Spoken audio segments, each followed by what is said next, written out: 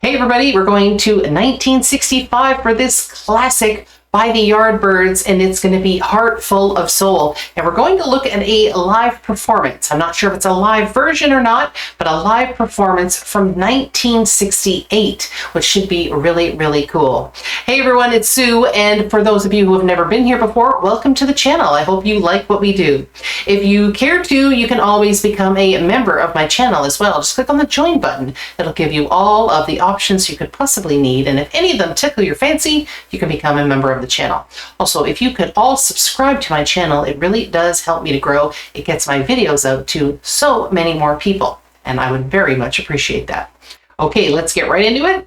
1968, the Yardbirds, Heart Full of Soul. Their song is from 1965. And if anybody knows where this performance was, put that down in the comments. Here we go.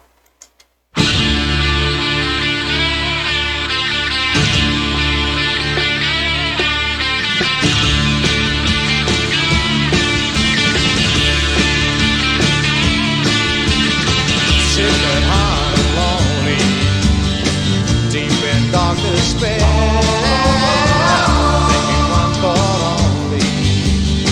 Where is she? Tell me where.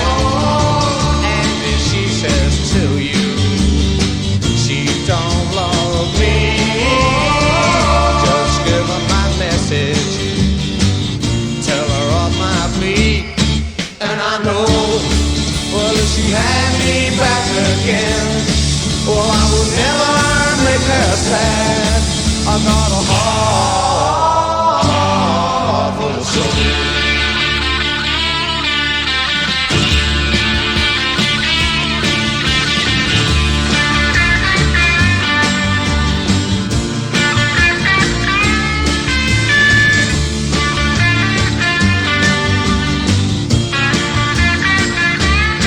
And I know if she had me back again, well, I would never make her sad.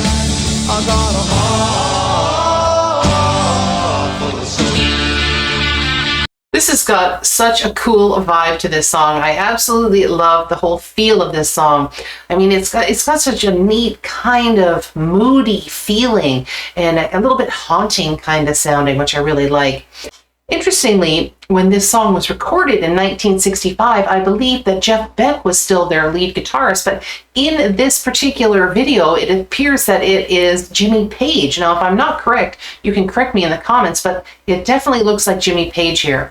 And in 1965, when they did this song, Jeff actually used a very early fuzz box on his guitar to make it have a kind of a sitar sound. And originally, apparently, they were going to use a sitar, but then they decided to go with the guitar. And it really does give it a kind of a cool Middle Eastern kind of vibe, which is really, really cool.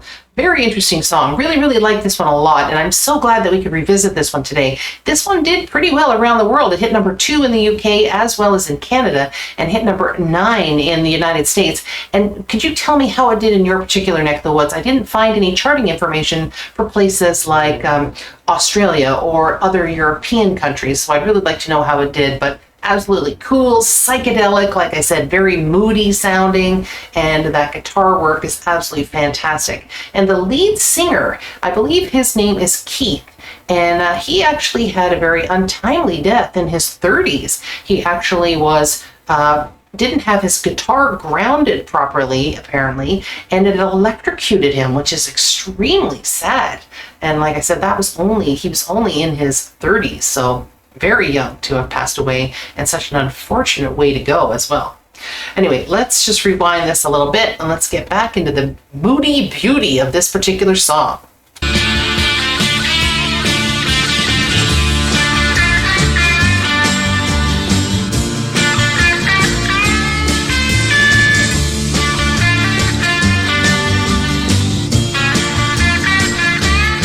And I know if she had me back again, well, I would never make her sad. I got a heart full of soul.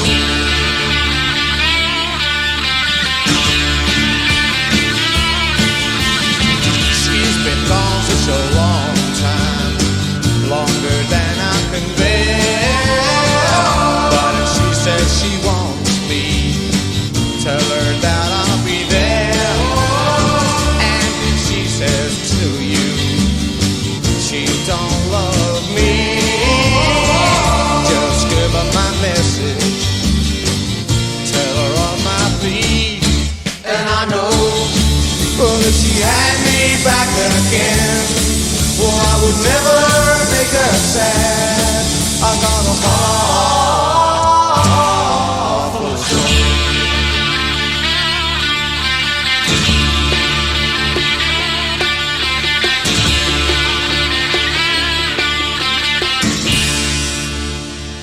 Very cool.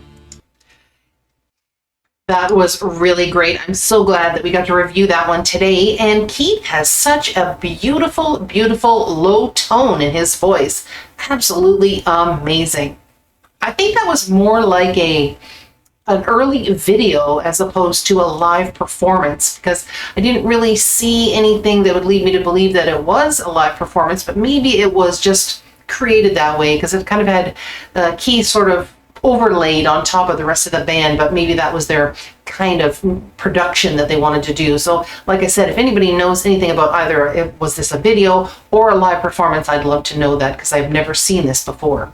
Interestingly, the drummer had a kind of a completely different look than everybody else. He had a shorter haircut and he was wearing a leather jacket, and he looked more like a rock and roll guy, almost like a future punk perhaps, than the other guys who looked much more psychedelic.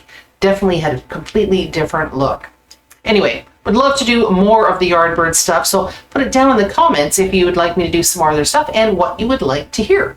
So my fun fact for the day is that the song was actually written by Graham Gouldman, who later formed the band 10cc and wrote a lot of songs for other people, including Herman's Hermits and Cher and the Hollies, and he also wrote the Yardbirds song For Your Love. So he was a very accomplished writer as well as a performer himself.